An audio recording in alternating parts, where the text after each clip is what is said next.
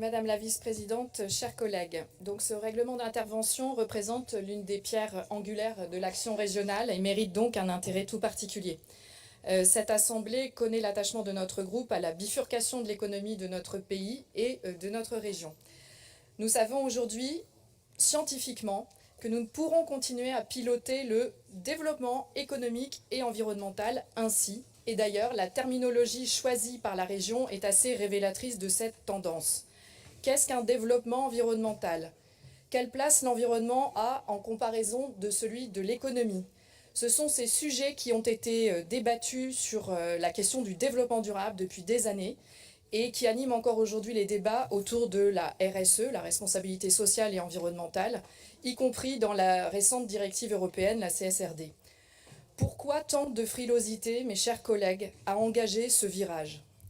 Par ce règlement, c'est donc bien la question du rythme de la conversion écologique et de la bifurcation économique qui est posée. Et vous et nous en avons une interprétation différente.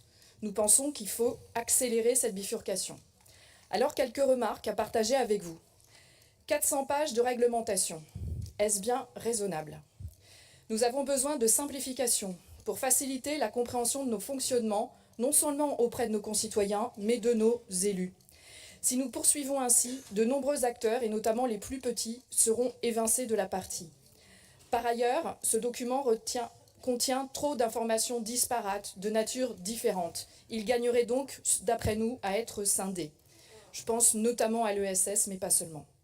Pour notre groupe, ce règlement, ensuite, devrait être structuré au cours des éco-socio-conditionnalités, dont il a été fait allusion tout à l'heure, qui soit véritablement capable d'orienter les activités économiques de notre région.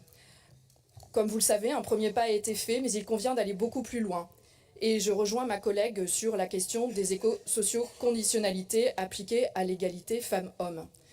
Ce levier, donc aujourd'hui, est encore très sous-estimé et c'est regrettable. Parce que l'effondrement de la biodiversité n'attend pas, parce que le réchauffement climatique s'est installé et que nous pouvons éviter son aggravation si nous relevons les manches. Pour les élus que nous sommes, comme le relève le Césaire, des informations plus précises devraient être mises à notre disposition. Par exemple, un bilan par secteur d'activité, par type d'activité, par taille d'entreprise, par typologie d'entreprise. Mais plus globalement, ce que nous aimerions avoir à notre disposition, c'est le suivi du respect des engagements que nous demandons aux entreprises. Par exemple, avec les chartes d'engagement, le contrat de transition, et c'est ce qui nous manque pour apprécier finalement la portée de ces dispositifs. Comme vous le savez, mes chers collègues, sans contrôle, on ne peut pas attendre d'amélioration. C'est basique, et c'est le gros problème des sujets environnementaux depuis longtemps. Nous avons des règlements, mais pas de contrôle et pas de sanctions.